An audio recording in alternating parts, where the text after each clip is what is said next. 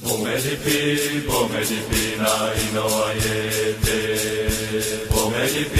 Bomedipi na inoayete. Metepe mambo, ete bomu, metepe mambo, ete bomu. Bom, em primeiro lugar, uma boa tarde a todas, boa tarde a todos. Quero dizer da minha satisfação e a minha enorme alegria de participar desse momento, dessa homenagem ao grande Darcy Ribeiro. Eu acho que se eu falar qualquer coisa a respeito da obra do Darcy Ribeiro, eu vou chegar atrasado, porque muito já deve ter sido dito sobre isso, sobre a grandiosidade e sobre a importância desse evento. Então posso falar por mim, me sinto muito orgulhoso, muito feliz pela responsabilidade que me foi atribuída de coordenar essa mesa com pessoas por quem eu tenho tanta admiração, por quem nutro tanta admiração e por quem eu tenho tanto carinho também. Nesse sentido, para que nós possamos ir direto ao ponto, eu quero passar a palavra já aos expositores, né, para aqueles palestrantes, para que eles possam falar a respeito da obra de Darcy Ribeiro, o educador do Brasil, que vai se enfatizar mais esse ponto, né, ou seja, mais essa faceta de Darcy Ribeiro, o educador, o professor, aquele que se preocupava com a construção de novos sujeitos políticos e dedicou boa parte da sua vida a isso. Tal sorte eu tenho aqui do meu lado Lúcia Maurício, da Fundação Darcy Ribeiro, tenho também o jornalista Juca Kfouri e o professor Luiz de Alencastro aqui do meu lado direito. Não há uma ordem específica, mas eu passo a palavra aqui, pegando a ordem que já está aqui no cartaz, né, que isso me ajuda muito, para a Lúcia Maurício, da Fundação Darcy Ribeiro, para que faça uso da palavra.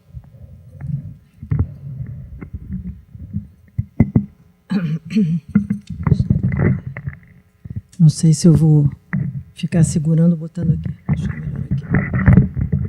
Você sabe abaixar isso? Você abaixar. Eu sei.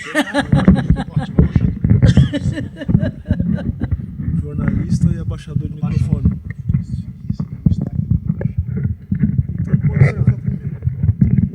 Assim, será que... Acho que deu. Bom, em primeiro lugar, eu queria agradecer a presença aqui. A Fundação Darcy Ribeiro está representada aqui nesse seminário por 3 pessoas. A Isa Ferraz, hoje de manhã, que é conselheira da Fundação, eu mesma, que sou conselheira da Fundação, o professor Mércio, que vai coordenar a próxima mesa, também conselheiro da Fundação, e agradecer não apenas o fato da Fundação estar tão bem representada, mas o fato da faculdade ter feito esse seminário. Durante esse ano todo, que completam 20 anos que o Darcy se foi, não foram muitos os eventos produzidos por universidades nesse sentido. Então, para nós, é uma alegria. Não, alegria é pouco. É uma visão de Brasil que se coloca quando as pessoas escolhem o Darcy Ribeiro para estar presente aqui entre nós no cenário que estamos vivendo atualmente. E isso daí era uma coisa que eu já queria falar, mas eu fiquei altamente impactada com tudo que eu ouvi hoje de manhã. Me deu uma carência de Darcy Ribeiro intensa, seja no filme que a Isa trouxe, no texto que a Isa elaborou, o depoimento da Rosa, o Almino Afonso falando. Então, aquilo me comoveu intensamente, então eu fico mais, vamos dizer assim, mobilizada ainda. Vou primeiro dizer quem sou eu, por que estou aqui. Além de ser conselheira da Fundação, sou professora da UERJ e participei da implantação dos CIEPs na primeira e na segunda gestão do Leonel Brizola, junto com o Darcy Ribeiro, e por conta da experiência que eu vivi no primeiro programa. Depois eu fiz uma dissertação de mestrado relacionada a isso, porque essas experiências são muito intensas. E aí, no segundo governo, quer dizer, No primeiro, quando eu fiz a minha dissertação de mestrado, eu fiz questão de colocar o Darcy Ribeiro na banca. Por quê? Porque eu queria que ele lesse a situação em que ele tinha me metido no primeiro governo. Foi uma experiência fantástica, mas foi uma experiência caótica. E aí você lida com tudo. Foi um grande aprendizado, mas foi uma loucura. E aí ele foi na banca e ele ficou assim encantado com o que eu escrevi sobre a primeira experiência. Ele primeiro falou assim: nossa, você escreve direitinho, né? E coisas assim. Mas com esse encantamento, quando teve, então, a segunda gestão, ele me convidou para ser responsável pela formação de professores de todos os CIEPs do Estado do Rio de Janeiro. Os CIEPs do primeiro segmento do ensino fundamental. Então, vocês imaginam o que foi de responsabilidade e de, vamos dizer assim, demanda e de aprendizagem. E, naturalmente, meu doutorado depois foi sobre essa outra experiência. Então, eu fui, vamos dizer assim, a minha formação em educação, digamos assim, foi paralela a essa experiência com a implantação de escola de tempo integral. Então, há mais de 30 anos que eu trabalho, discuto, divulgo, etc., esse tema. Bom, esse ano eu estou, quer dizer, com essa situação dos 20 anos, esse ano eu estou passando por estar muito envolvida com as ideias de Darcy, primeiro num seminário que a própria Fundar organizou em São Paulo, em Brasília, dos 20 anos da LDB, foi feito em Brasília, eu estive presente. Depois nós fizemos um seminário no Rio de Janeiro, que se chamou Darcy Ribeiro 20 anos, que falta ele nos faz, em fevereiro desse ano, que foi ótimo. Eu participei da organização, participei também da mesa de educação. Posteriormente a isso, a Fundação pediu que fizéssemos uma coletânea de textos do Darcy sobre educação, porque o Darcy ele tem um livro sobre a universidade, que é a Universidade Necessária, e tem um pequeno livro sobre educação que chama Nossa Escola é uma Calamidade, que ali está, vamos dizer assim, os mesmos orientadores, a mesma análise que fez, que orientou a implantação dos CIEPs no primeiro governo. Além disso, ele tem textos dispersos, numa revista, em outra revista, numa entrevista, ele não tem um conjunto. Então, eu tive o privilégio de receber essa tarefa ótima, trabalhosa, de pegar vários textos, e esse livro, se Deus quiser, vai sair ainda esse ano, e o nome é Educação como Prioridade. Bom, e aí estou aqui, mais uma vez, embebida nessas situações todas, e eu vou começar, porque a minha fala vai ser em relação à proposta de educação, da educação básica, particularmente formação de professores, para mostrar como a solução que o Darcy encontrou no segundo governo, ela atendia à sua proposta.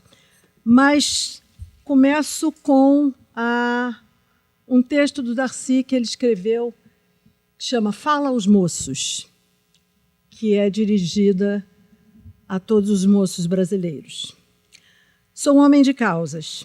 Vivi sempre pregando e lutando como um cruzado pelas causas que me comovem. Elas são muitas demais. A salvação dos índios, a escolarização das crianças, a reforma agrária, o socialismo em liberdade, a universidade necessária.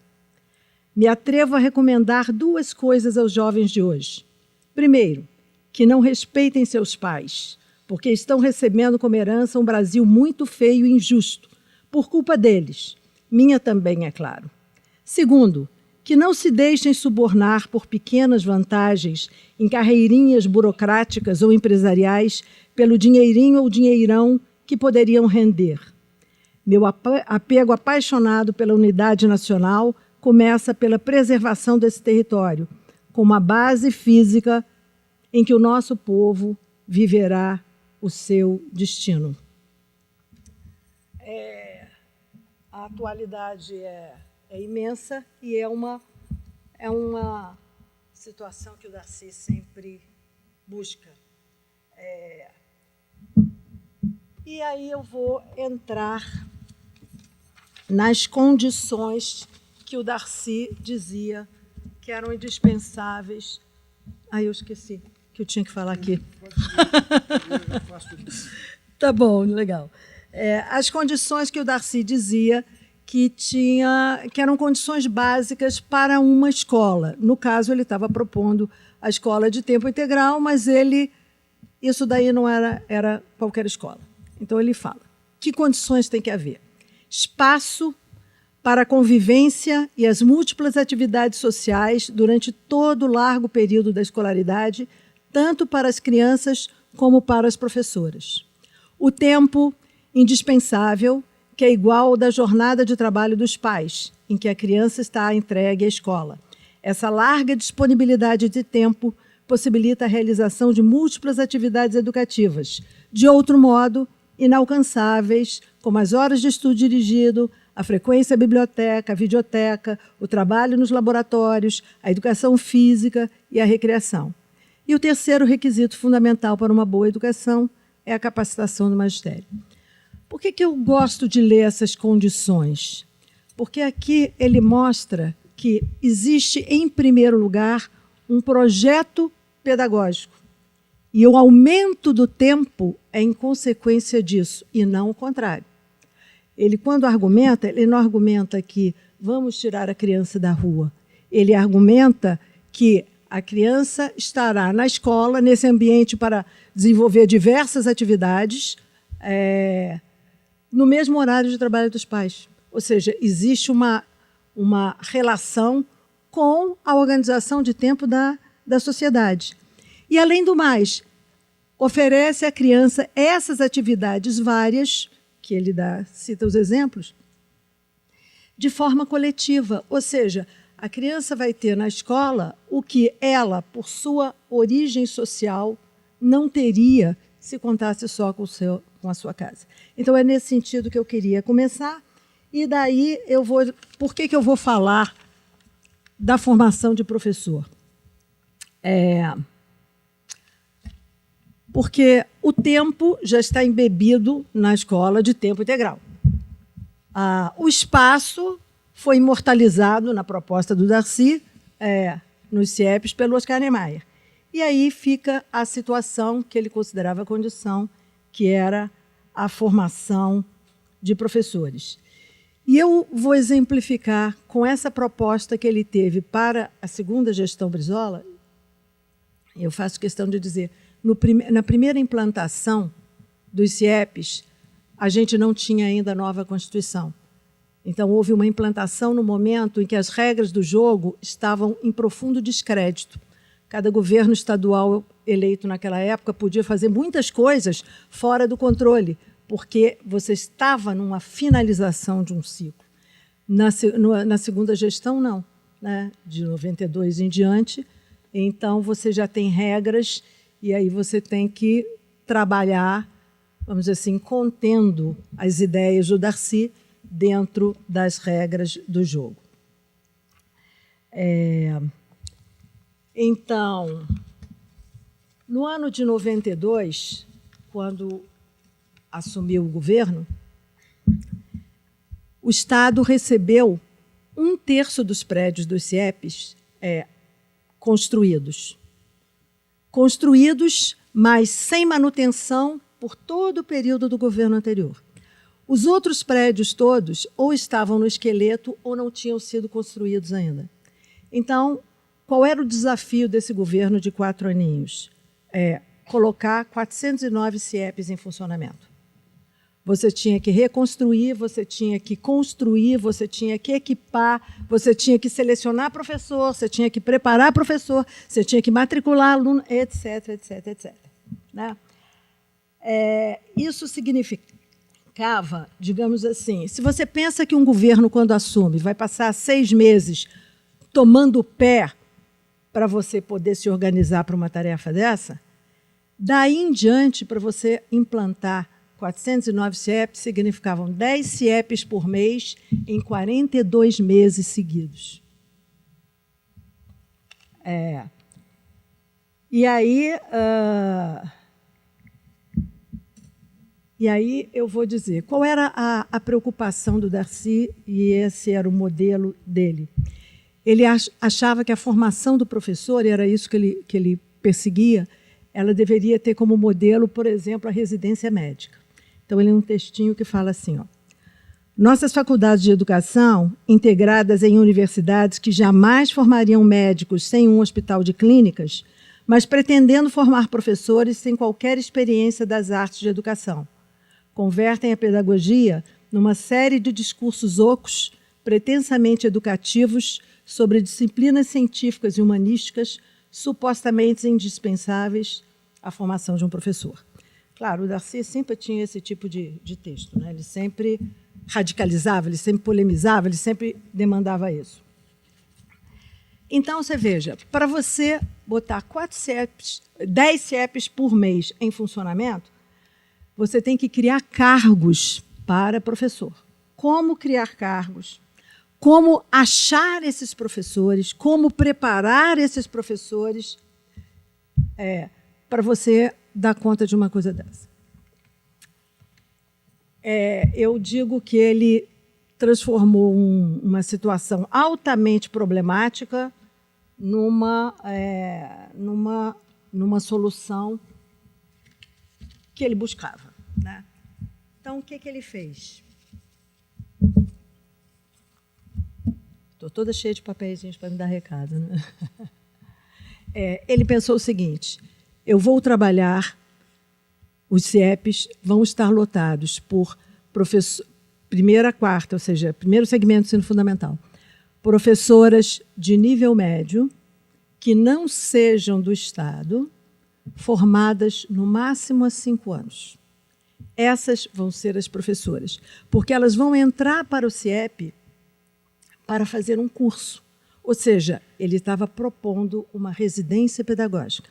A proposta dele era que essas professoras selecionadas ficassem durante, dependendo do momento em que foi inaugurado o CIEP, mas eram 3 módulos, 3 semestres. Alguns semestres completaram esses 3, outros completaram 2, outros só 1, dependendo do momento em que foi inaugurado.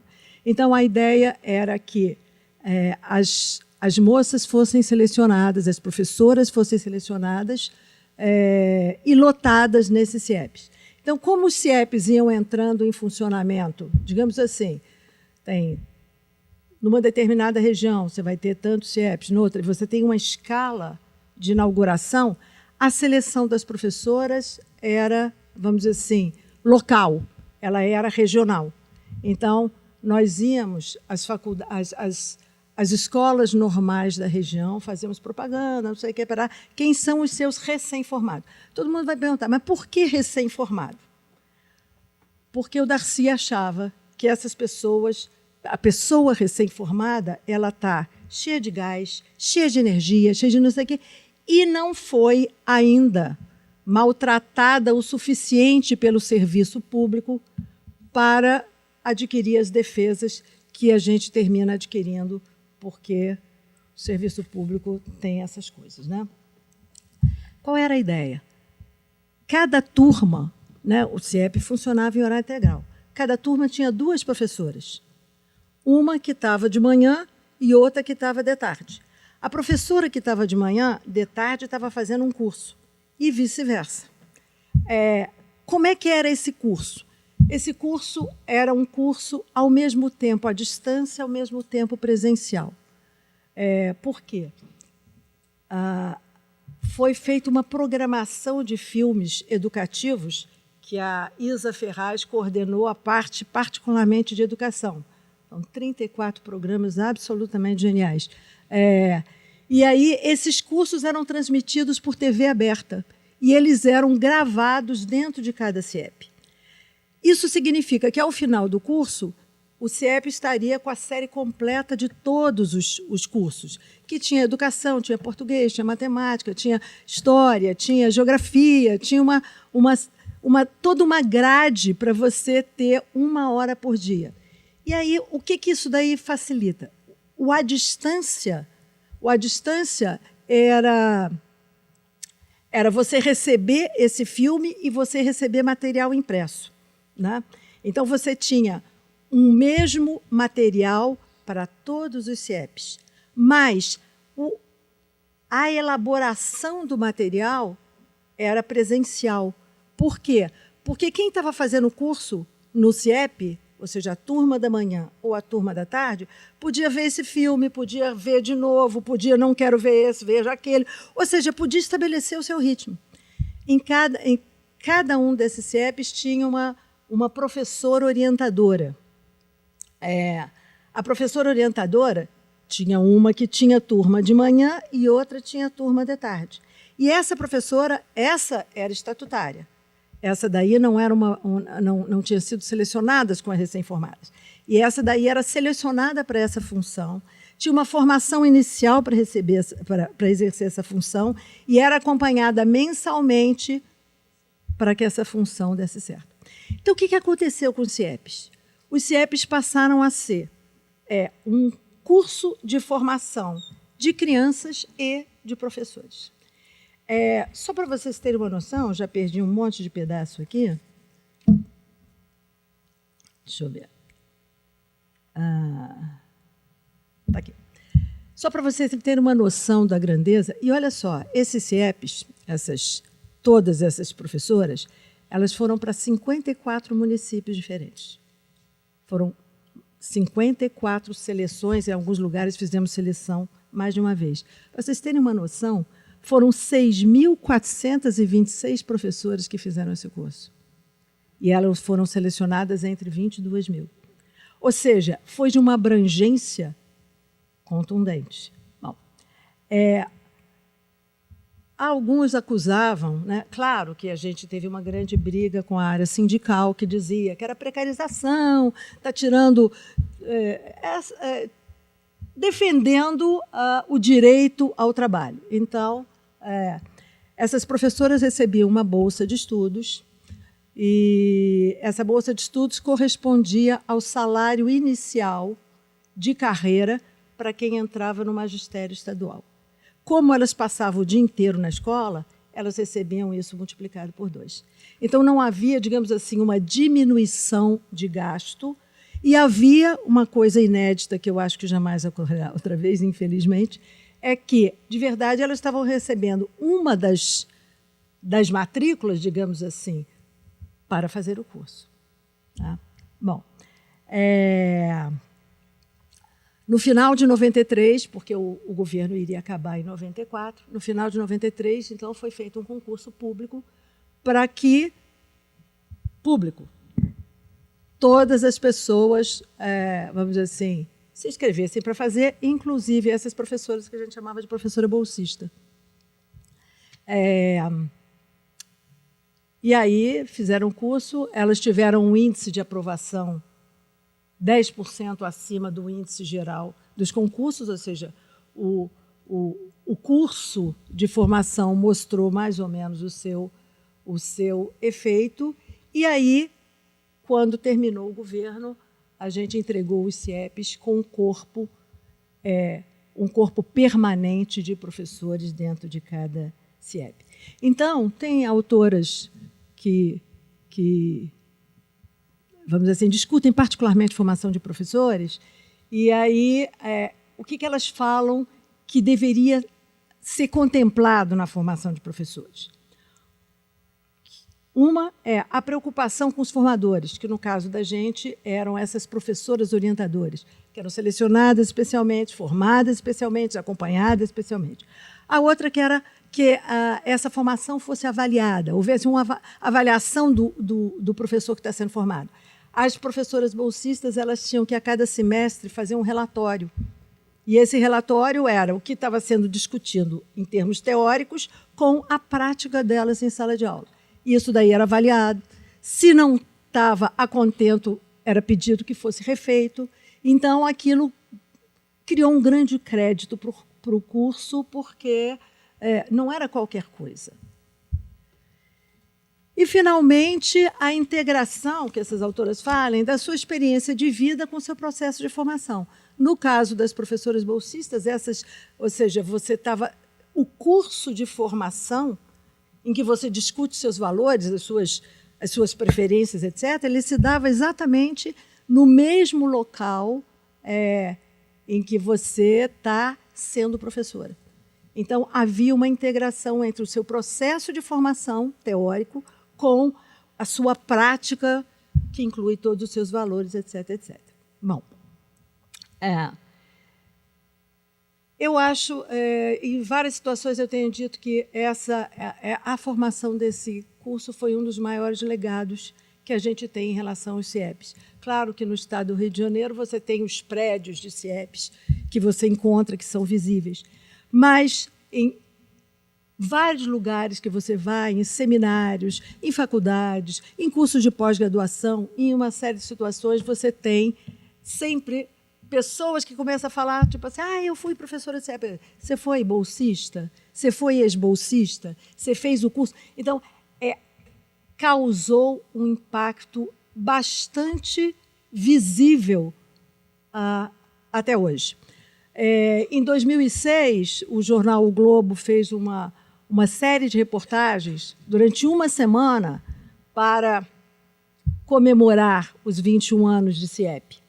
E aí tinha assim, a ideia do Globo era que aquela experiência era um fracasso, né? E usava os mesmos argumentos que tinham sido usados há 21 anos atrás para dizer que a escola era isso, a escola era cara, a escola... Ou seja, uma série de coisas que, não vou discutir aqui, mas que se mostravam nem tão assim, né?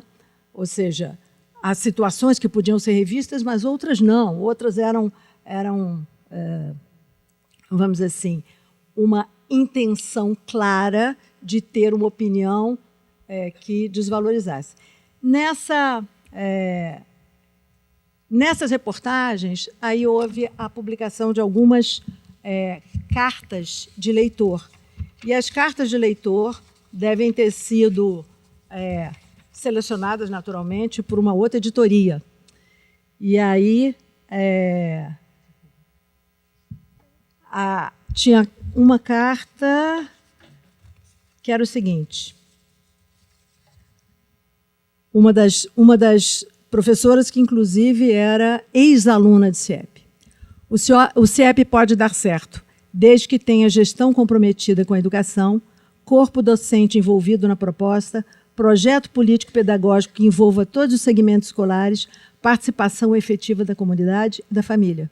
Mas dá trabalho, né? Para terminar, que o meu tempo já está terminando, tenho 5 minutos ainda,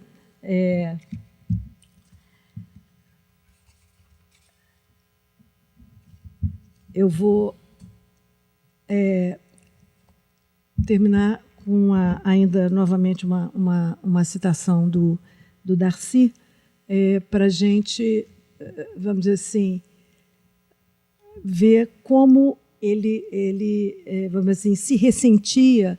Ou seja, aquele período foi um período de grande embate político, né? Essa discussão foi muito intensa no Rio de Janeiro, e tem uma publicação de uma autora, de uma socióloga, que ela não era favorável aos CIEPs, mas ela fez uma publicação dizendo que aspectos ela achava que o CIEP tinha trazido de interessante, mesmo ela que não era, a princípio, favorável.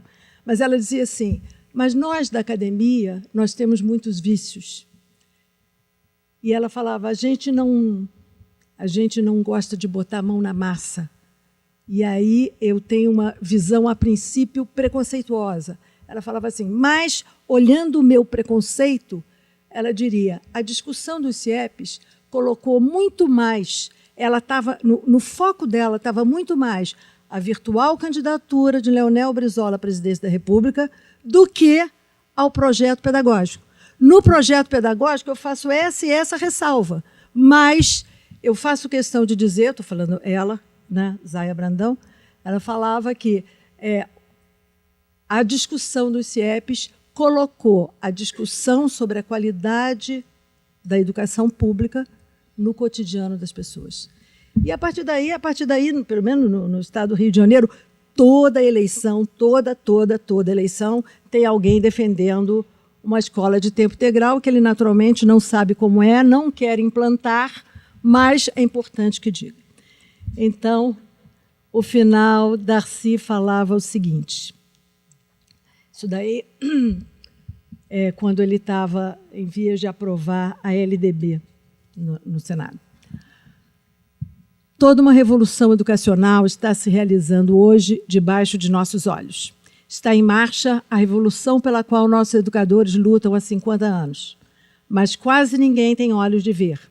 É sintomático o fato de que os grandes jornais do mundo deram mais notícias e notícias mais entusiásticas dessa revolução educacional que a nossa mídia. Seria aceitável e até meritória sua crítica se apresentassem um corpo de alternativas, se indicassem que este não é um bom caminho, porque o caminho seria outro, que se estaria prescrevendo. Mas não é assim. Simplesmente se rejeita, o que só se explica por estarem contentes com o Brasil tal qual é, e em matéria de educação, só quererem nos manter atados ao sistema educacional precaríssimo que temos e que condena nosso povo à ignorância e ao atraso. Então, eu contei essa história para mostrar a verdadeira valorização de uma formação de professor inédita, que teve formato de residência pedagógica, e mostrar que esse grande investimento que o Darcy, vamos dizer assim, formulou e o Brizola bancou, né? Durante 2 anos seguidos, o Brizola gastou mais de 50% do orçamento do Estado só com educação. Porque é para oferecer para a criança popular uma escola direita, uma escola com o que a escola tem que ter. Não é luxo. É você oferecer na escola aquilo que as crianças têm, as crianças de classe média têm nas suas casas individualmente. Ali você tem coletivamente o que todos precisam ter. Então, a ideia do Darcy era uma outra escola, mas uma escola em que a criança possa vir. E só para rebater alguma coisinha que o senador Cristóvão Buarque falou hoje de manhã, que a maneira como foram implantados os CIEPs talvez não fosse a mais interessante, havia CIEP em todos os municípios, isso daí foi um acordo político feito dentro do PDT. Não vou discutir se está no mérito ou não está no mérito. Não vou discutir isso. Claro que um município muito maior tinha muito mais CIEP, mas tinha municípios micro que não comportava ter o CIEP. Mas foi um acordo político, está lá feito. O que eu tenho visto ao longo desses 30 anos estudando isso? Nós não temos tradição de escola de tempo integral. Portanto, a escola de tempo integral ela tem que ser uma opção. Opção para o aluno, opção para o pai do aluno, opção por professor. Ficar um dia inteiro numa mesma escola só gostando. Porque se você não gostar, você vai terminar maltratando as pessoas que foram lá. E a criança, tem criança que não se sente bem, não é isso que quer. E aí, quando é que você vai ampliar essa escola? Ou seja, porque hoje o Cristóvão Buarque falou assim, pegar um município, botar todas as escolas em tempo integral. Não, botar algumas. Se elas tiverem uma demanda e estiver sendo cada vez melhor, aí você bota outra e você botando. Ou seja, acompanhar a demanda. As pessoas têm que querer para que essa escola dê certo. E o Darcy está aí iluminando essa escola até hoje. Obrigada.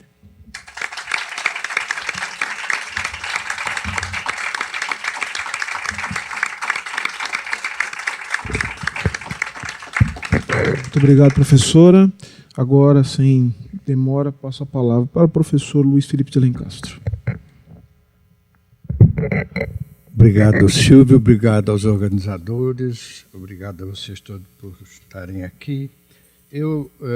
Nessa apresentação, eu queria abordar um pouco as origens. Eu não sei se alguém falou nisso, aliás, se alguém falou, me desculpo, mas as origens desse pensamento renovador do ensino brasileiro, que começa ainda na República Velha e que vai se desenvolver de maneira mais evidente a partir da Revolução de 30. A gente esquece que no governo de 1930, do Getúlio, que todo mundo fala, criou o Ministério do Trabalho.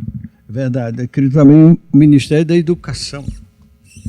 E isso, houve imediatamente um conflito que o Getúlio não arbitrou, porque a situação entre 30 e 35 era muito fluida politicamente. Um pouco em Portugal, quem esteve lá, depois do 25 de abril de 74, você não sabia qual era a direção que aquilo ia tomar. E todo mundo conversava com todo mundo. Evidentemente, havia mais gente de esquerda conversando com gente do que gente de direita ou de extrema-direita. Era um movimento mais amplo. No Rio de Janeiro, em particular, havia o Pedro Ernesto. O Pedro Ernesto era um médico reformista, progressista, ligado aos militares e próximo do Partido Comunista. Ele era alguém de esquerda. Naquela época, todo mundo era próximo do Partido Comunista, ou então inimigo mortal, que era os trotskistas. Estou falando no campo da esquerda, né? E o Pedro Ernesto, prefeito do Rio, com a base popular muito grande, ele que reformou as escolas de samba, por exemplo, profissionalizou as escolas de samba, institucionalizou, com apoio de Villa-Lobos, e dentro disso havia Anísio Teixeira. Anísio Teixeira, que faz em 32 o tal Manifesto da Escola Nova, e que introduz no debate, então, essa ideia da escola laica, obrigatória e pública. Isso, como eu disse, o Getúlio não arbitrou logo, Pedro Ernesto tomou esse partido. Por quê? Porque do outro lado estava o bloco católico muito forte. A República Brasileira tinha instaurado uma laicidade, aliás, é das únicas na América Latina, fora o México, que tem uma tradição de laicidade, mas a Argentina até hoje fala de religião oficial. Graças ao positivista, a gente escapou disso, mas não havia um ensino à altura no nível nacional, nem mesmo no Distrito Federal. E Anísio Teixeira foi instrumental no desenvolvimento disso, homenageado ao Darcy, mas os dois estão muito ligados, como vocês vão ver na sequência. Havia todas essas ideias que tem desde Benedetto Croce na Itália, Ferret na Catalunha, e de renovação do ensino, de dar aula sobre direitos humanos em vez de aula de religião na Itália. Isso é Benedetto Croce, imagina, nos anos 20. Isso, então, era uma plataforma bastante ampla e de ideias. A USP é criada em 34, no reflexo do fracasso de 32, para formar uma elite em São Paulo, está lá no texto, para formar uma elite, porque ficou patenteado, a conclusão que os dirigentes paulistas, a classe dominante, tirou foi que eles tinham perdido a Revolução de 32 porque não havia uma camada dirigente preparada. A USP foi criada para criar uma elite, e a Universidade do Distrito Federal, criada pelo Pedro Ernesto, da qual Anísio Teixeira foi o primeiro reitor, era para formar, era para a nação. Curiosamente, ela era paga. A ideia da gratuidade, havia um direito de inscrição significativo. Mas ela já teve uma composição importante de escolha. Sérgio Buarque de Holanda, que era jovem assistente do Henri Auxerre, um grande professor francês da Sorbonne, o sociólogo Gilberto Freire, Lúcio Costa, Portinari, Villa-Lobos, toda essa gente deu aula lá, junto com pessoas conhecidas na França, vou citar dois só, o Etienne Soriot, que é um grande crítico de arte, e o Pierre Desfontaines, que é um geógrafo. Essa universidade, então, tinha esse esquema de internacional, mas, diferentemente da USP, ela estava no Rio de Janeiro. O Rio de Janeiro, nessa época, é a capital federal. A gente esqueceu porque nunca mais vai ter uma coisa igual no Brasil.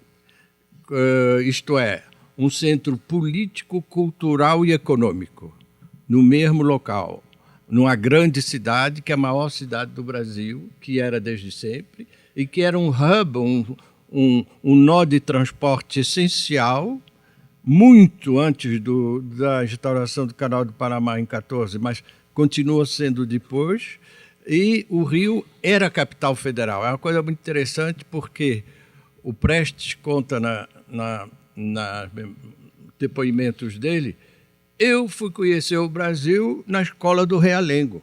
Era a escola militar, onde chegava militar de todo canto, sobretudo os gaúchos como ele, autocentrados, não é? Que acham que o problema do Brasil tem que ser resolvido no Rio Grande do Sul. E eles ali aprendiam o Brasil. Ali que Aloysio de Azevedo, que vem do Maranhão, vai aprender o que é o Brasil, escrever seu romance, é a escola da nacionalidade do Rio de Janeiro. Com a mudança para Brasília, o Brasil virou uma mula sem cabeça, o que vai permitir a ditadura também, entre outras coisas, tem a Guerra Fria nisso aí. Mas o isolamento da ditadura, e primeiro da presidência da República em Brasília, que começa com justamente a renúncia do Jânio. Eu me lembro, na época, a geração mais velha falando, renunciou porque é um político que nunca fez carreira no Rio de Janeiro. O defeito do Jânio e a renúncia dele era só conhecer a política paulista. Ele tinha tido um breve mandato de deputado em São Paulo e depois ele foi. Isso é um dado muito importante para tomar em conta o impacto, mesmo fugaz, que teve a Universidade do Distrito Federal. Ela, então, com a insurreição de 1935, o Getúlio desencadeia uma repressão, aproveita para prender o Pedro Ernesto e fazer uma limpa, porque o Pedro Ernesto era o candidato às eleições presidenciais que haveria em seguida, contra o Getúlio, e começa a primeira fuga do Anísio Teixeira. A primeira prisão e fuga do Anísio Teixeira, vai haver várias.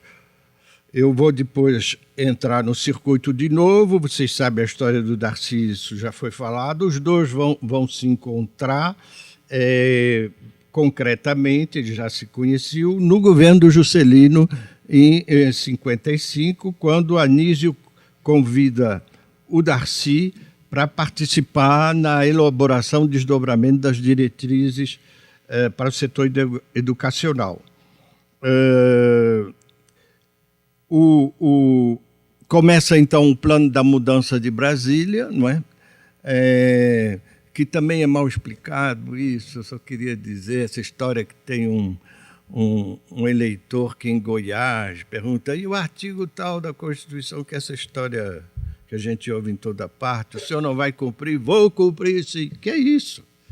Então você monta uma capital em 3 anos assim, porque um cara perguntou no público, é uma história tão absurda que é para boi dormir. O que o Juscelino sabia já?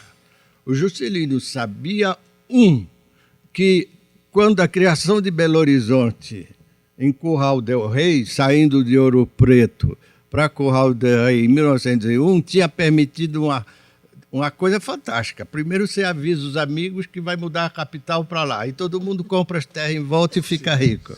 Você cria Depois uns viram empreiteiro, você também fica amigo deles. Depois você nomeia funcionário, porque os de Ouro Preto não querem vir morar descampado que era Belo Horizonte, no meio da mosquitolândia que tinha lá. Então você cria mais uma camada de funcionário público que ficam dependendo de você. O Pedro Ludovico viu e fez igualzinho, tirou Goiás Velho, que é onde a oligarquia dos Caiados cercava ele em 30 e mudou para Goiânia em 34. O Juscelino fez um piloto com a Pampulha, com a mesma equipe, e tacou a jogada em Brasília. É óbvio essa sequência, basta recapitular como eu fiz aqui. A outra explicação é fantasiosa e cria essa clientela, esse complexo. Só para dar um detalhe, a JBS era um açougue em Anápolis, mas daqueles açougue com varal, secando carne, à margem de toda a regra sanitária. E virou esse negócio. Só dou esse exemplo. Então, é isso o Brasil que está em volta da criação de Brasília, mas no meio disso tem esses projetos todos educacionais. O Anísio Teixeira, que tinha criado em 49, tinha criado a Escola Parque como secretário da Educação da Bahia, vai fazer o plano da UNB e desde 57 ele começa com escolas parques em Brasília e ele monta esse projeto com o Darcy. O Darcy segue, eu vou acelerar agora porque essas outras partes já foram faladas, não é? O Darcy, como vocês sabem, vai para o Ministério da Educação e Cultura, deixa o Anísio como reitor da UNB. Eu fiz parte da segunda turma que entrou na UNB. Eu entrei em março de 64. No fim do mês, o mundo acabou. O mundo acabou. Mas eu entrei aí... Que pé frio! Quando eu entrei, depois eu te conto outras de pé frio, inclusive a minha mudança no ano passado, em 2014, em julho. Mas, enfim, o fato é que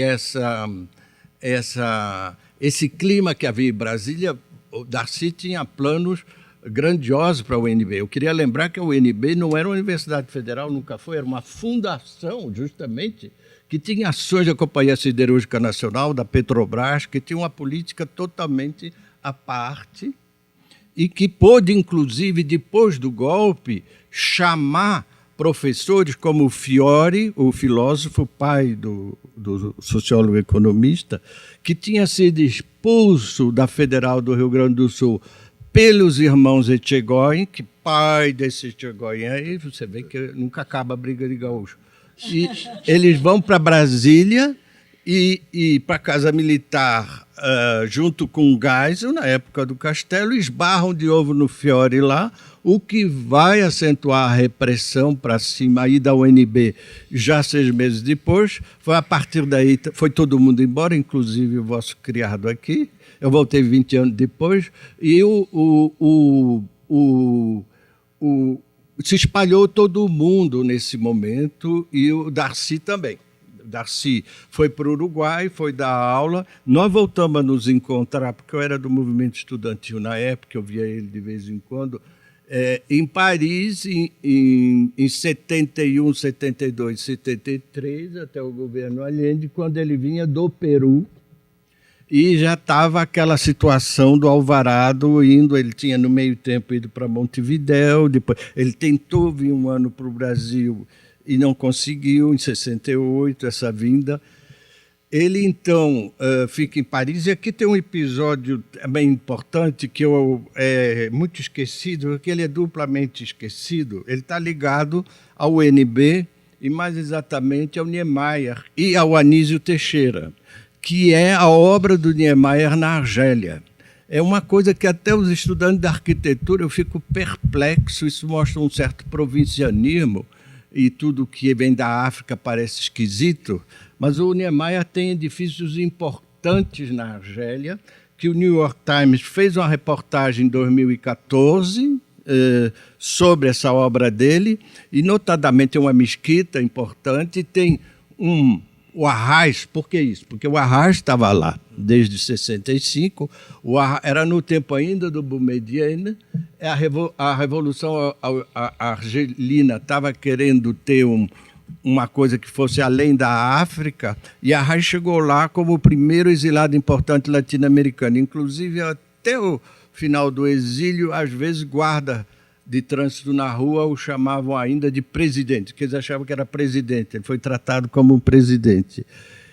Nisso, onde Oscar Niemeyer vai construir a Universidade de Constantine e de Bab-el-Zohar. Na Universidade de Constantine, quem organizou foi o Heron de Alencar, que era professor da UNB, grande linguista também e crítico literário, pernambucano, primo de Arraes, e Darcy Ribeiro.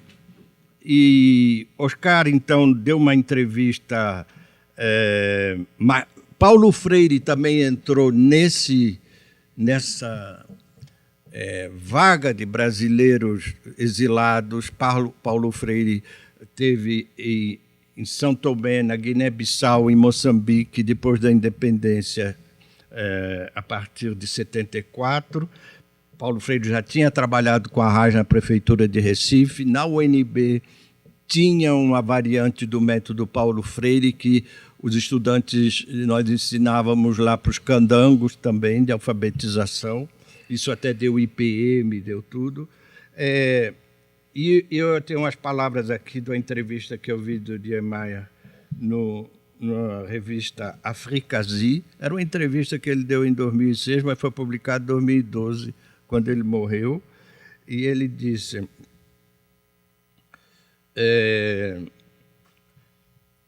ele fala do projeto da Universidade de Constantine, ele diz, a segunda razão, porque ele fala aí do meio ambiente e tal, depois ele fala, a segunda razão é que o meu projeto arquitetural se apoiava fortemente nas reflexões do pensador progressista e humanista brasileiro Darcy Ribeiro. Ele está falando aqui para um público que não sabe quem é, né? E de sua ideia de universidade aberta, entre aspas, articulando arquitetura e conhecimentos. Com Darcy, nós trabalhamos nesta ideia em Brasília, para a UNB, então, associando professores brasileiros de literatura, de biologia, de ciências sociais ou de física nuclear. Ele estava pensando aí no Salmeron, que depois foi para o CERN, em Genebra, na Suíça. Infelizmente, é o golpe, enfim... Ele aí descreve a UNB, que era o que eles pensavam fazer em Constantine. Veja bem, nós estamos falando de um país que é laico, a Argélia, mas que tem uma população muçulmana e que tinha um terrorismo islâmico que atravessou em seguida uma guerra civil violenta. Eles provavelmente, 15 anos depois, não podiam ter mais trabalhado lá. O risco de vida ficou muito pesado, o país mergulhou numa guerra civil e está calmo, por enquanto. Então, isso era, aliás, um ato, tinha uma significação particular no Maghreb inteira e no mundo islâmico.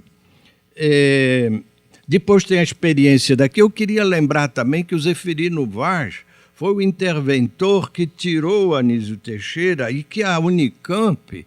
Eu fiquei perplexo porque eu saí da UNB e voltei 20 anos depois para dar aula na Unicamp. Eu encontrava aquele quadro do campus assim, e é o Zeferino que trouxe essas ideias, como ele era muito apoiado por Adhemar, isso foi para frente.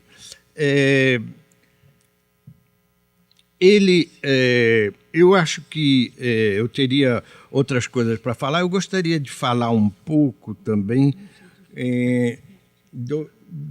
Da clivagem política que existia. Eu acho que isso é um testemunho importante na época do exílio. A Rosa sabe disso bem também.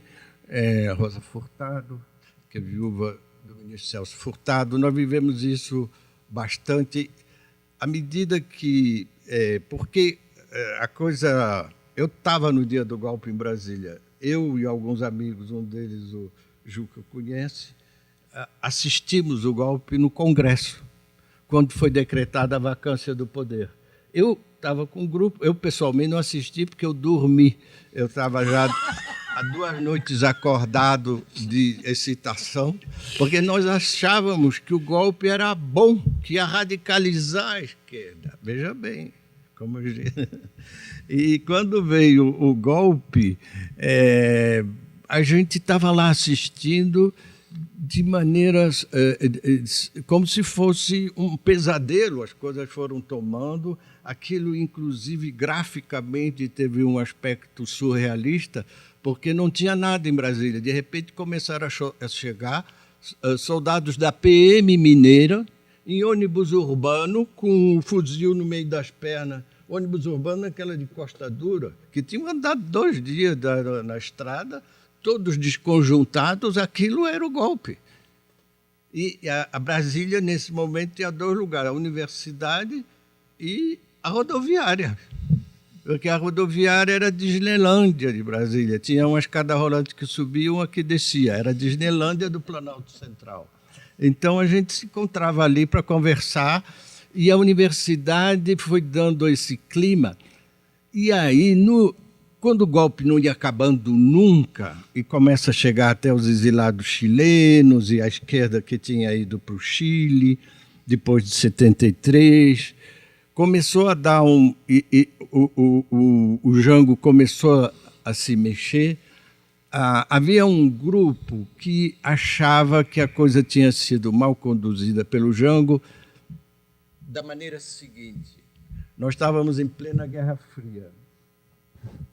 Estava tudo muito assolado, já tinha havido o pré-golpe em 61 e, em 64, tem 3 candidatos. A eleição naquela época no Brasil, o Brasil era um país rural, ninguém sabia de nada, assim, nada, ninguém sabia direito. A campanha tinha que começar 1 ano e meio antes.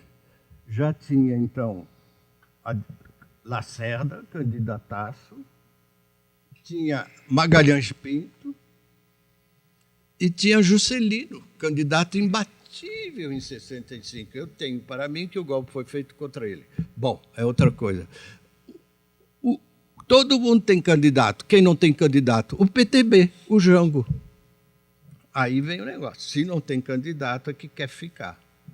Tanto que o Bilac Pinto, que era presidente da Câmara udenista, fala da contra-revolução de 31 de março, o que lhe valeu esse grande sacada conceptual, porque quem ia fazer a revolução era o Jango, continuista, a ser embaixador em Paris, em seguida.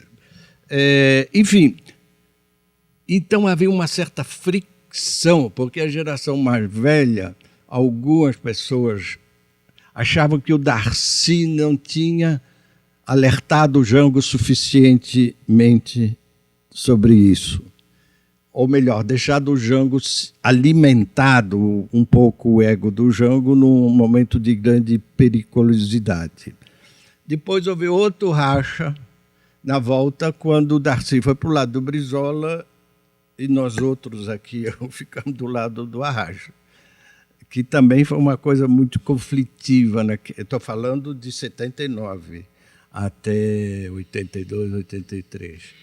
E, enfim, então isso faz parte também da história política e intelectual. Eu queria prestar esse depoimento também, porque era o caso de falar também dessa outra conversa não oficial. Obrigado.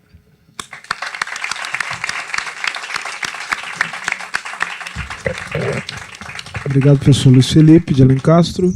Com a palavra, Juca Kfouri. Boa tarde, muitíssimo obrigado pelo convite para falar desse gênio da raça. Eu queria primeiro dar uma explicação sobre a minha informalidade numa mesa em que temos 2 engravatados e uma professora convenientemente não engravatada, mas eu tenho uma explicação histórica para esse fato. Eu fiz apenas, infelizmente, 2 entrevistas na minha vida de jornalista com o professor Darcy Ribeiro. Na primeira delas, no Roda Viva da TV Cultura, em 88, se não me engano, fui de paletó e gravata. Há testemunhas e o YouTube comprova. A segunda vez, eu fui entrevistá-lo. Eu tinha um programa de entrevistas numa rede de televisão lá do Paraná, CNT, que passava aqui em São Paulo na TV Gazeta, e eu fui entrevistá-lo em Brasília, uns 7 meses antes de ele morrer. no apartamento dele. E fui recebido por ele com... Eu fui de gravata. Não de paletó, mas fui de gravata. Fui recebido por ele de robe de chambre, vermelho, elegantérrimo, e cuidado por um harém. Sim. Por um harém. E me deu uma entrevista absolutamente deliciosa. Como era gravada, eu não estava preocupado com o tempo. O programa tinha 1 hora, eu fiz mais de 2h30 de entrevista com ele. E depois foi um perereco para editar aquilo, porque era uma usina. Era uma usina, não parava de frases brilhantes e de ideias absolutamente fantásticas. Então, hoje, diante desse calor senegalesco que faz em São Paulo, em pleno inverno, eu falei, quer saber do que mais? Em homenagem ao professor Daci, eu vou de camisa de manga curta e sandália. Vocês não estão vendo, mas estou de sandália. É uma homenagem que eu faço à brilhante e à genial informalidade do professor Daci. O Darcy estaria descalço nesse calor, evidentemente, como os índios. Eu quero dizer também que, embora a minha atividade pública seja muito mais relacionada ao futebol, que eu sou um dos filhos dessa elite que a USP quis criar, porque me formei lá em Ciências Sociais.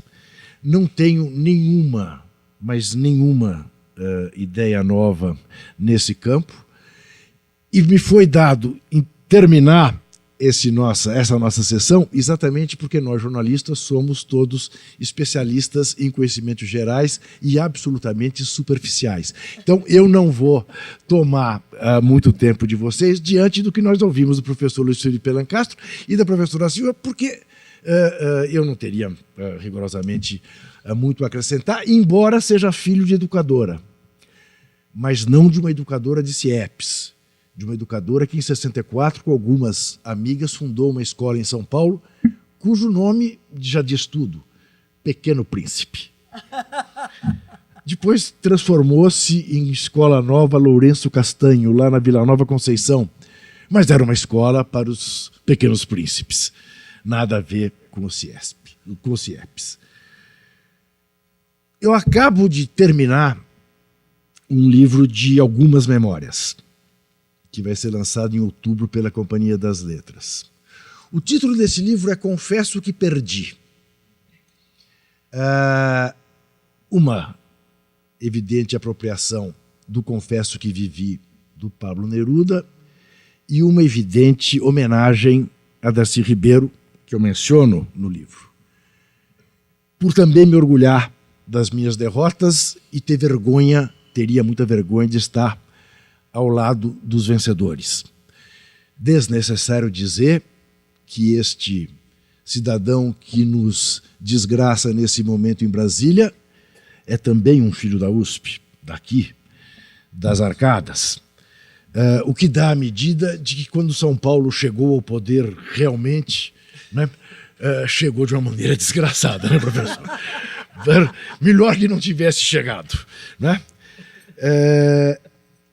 Eu também não preciso dizer que o Darcy teve, antes mesmo do Joãozinho 30 cunhar a famosa frase que muitos atribuem ao Hélio Gaspar e não ao Joãozinho 30, pobre gosta de luxo, quem gosta de miséria é intelectual, que a crítica que se fazia e que se faz até hoje ao CIEPs por ser as obras arquitetônicas que são, dá a medida do quanto essa elite deletéria que nós temos no país, predatória, quer manter, não é, o seu domínio e o seu poder sobre os excluídos, não permitindo que os excluídos tenham uma educação de qualidade.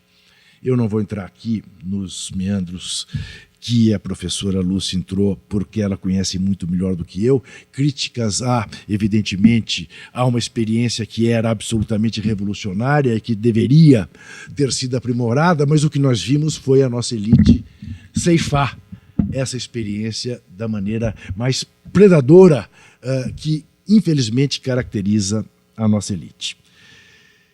Então eu vou dizer, para terminar, um texto do professor Darcy Ribeiro sobre futebol, que é exatamente eu suponho que tenha sido a razão de me convidarem, e não ao Zé Trajano, este sim que trabalhou anos com o professor Daci no Rio de Janeiro como seu braço direito, né, e tem histórias absolutamente fabulosas a contar, do Daci Ribeiro. Eu perguntei a ele, nesse Roda Viva, sobre se ele também achava, como era comum na nossa intelectualidade, que o futebol era o ópio do povo, que o futebol era alienante, que o futebol era usado para submeter as massas à alienação. E ele me respondeu: adoro o futebol. Futebol é o único reino em que o povo sente sua pátria. Incrível. Brasileiro, do patrão ao empregado. Todo brasileiro, do patrão ao empregado, gosta de futebol. Uma Copa é uma coisa formidável. A torcida da Copa. Há um livro de Antônio Cândido, que é o intelectual mais eminente de São Paulo, em que ele foi estudar uma pequena comunidade caipira. Em Parceiros do Rio Bonito, tem uma coisa linda. Conversando com os informantes, ele diz que a pátriazinha, a pátria daquela gente, era aquele local. Eles não sabiam de outra pátria. A pátria do brasileiro comum é o futebol.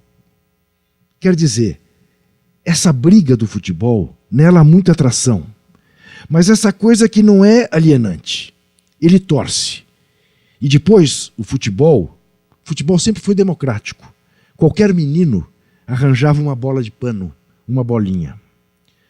Por exemplo, dizia Daci Ribeiro, uma das coisas que eu fiz, uma burrada que eu fiz na vida para fazer os meus CIEPs, foi chegar em alguns locais onde não havia terreno, porque é muito difícil arranjar um terreno de 10 mil metros, 15 mil metros, e eu acabei, então, com 60 campinhos de pelada no Rio.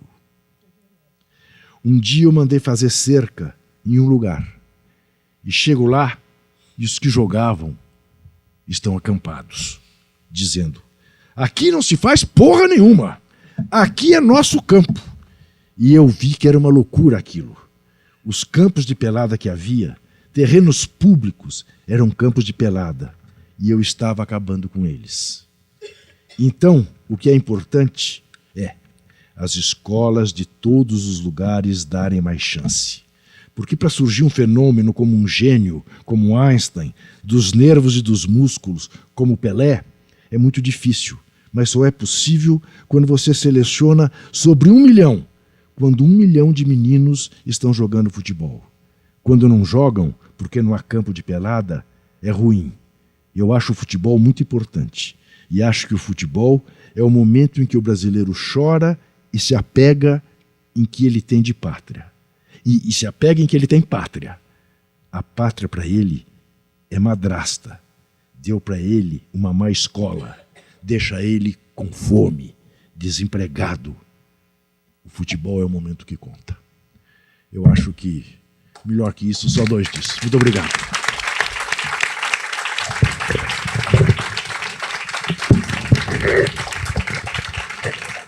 Bom,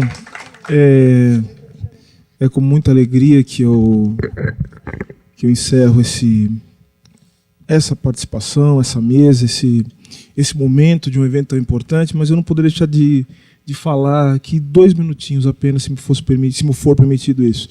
É muito interessante porque eu estou aqui a convite do professor Alessandro Taviani, né? E para falar sobre Daci Ribeiro numa mesa sobre educação. E para mim, estar aqui nesta sala, nesse momento, falando sobre Daci Ribeiro, nesse dia de hoje, tem um significado todo especial, né? Por vários motivos, né? Primeiro porque foi nessa sala que eu defendi minha tese de doutorado, né? Enfim, e nesse dia da minha defesa estavam a minha mãe e meu pai. Foram os 2 únicos dias que eles entraram aqui na Faculdade de Direito do São Francisco. Além disso, eu até falar para o Juca, né? E que pai! A respeito do meu pai, né? O meu pai foi jogador de futebol, né? Meu pai foi goleiro do Corinthians, né? O Juca viu meu pai jogar. E eu me lembro que quando eu entrei na graduação, na faculdade, eu lembro que tinha um monte de livro para comprar e eu, obviamente, não tinha dinheiro para comprar, acho que nenhum desses livros. Aí meu pai falou, não, eu vou dar um jeito, vou te ajudar, vou comprar os livros. Ele foi comprar vários livros. Aí eu fiquei pensando, puxa vida, eu preciso de um livro para entender a situação do Brasil. Era no comecinho dos anos 90, então estava daquela onda de privatização, aquela coisa toda. Aí o meu pai passou na frente de uma livraria e ele me trouxe um livro, que era um livro que eu não havia pedido para ele. O livro era O Brasil como Problema, do Darcy Ribeiro. Que ele falava uma série de coisas sobre, e falava o que era privatização, tentava explicar os problemas que o Brasil estava vivendo naquele momento. Então, eu quero dizer o seguinte, é muito significativo, e ontem onde seria o aniversário do meu pai. Né? Então, ou seja, eu não acredito muito em coincidências, né? Tem uma parte de mim que não quer acreditar nisso mesmo, enfim, mas tem uma outra parte de mim que faz parte da minha ancestralidade, dos meus orixás, que não me deixam acreditar muito em coincidências. Mas eu quero dizer que esse momento para mim é um momento muito emocionante, muito especial. Agradeço ao professor Alessandro pela oportunidade de dirigir os trabalhos dessa mesa, acho que nem dirigir, mas de aprender com essa mesa aqui. Dizer que é um momento muito especial. Eu quero dizer que eu sou um dos filhos do Darcy Ribeiro, né? Porque se a escola foi feita para alguém, foi feita para pessoas como eu, né? Ou seja, pobre, negro, que vem aqui e é doutor pela Faculdade de Direito de São Francisco. Muito obrigado a todos e todas. Muito emocionante. Muito obrigado. Muito obrigado. Muito obrigado. Obrigado.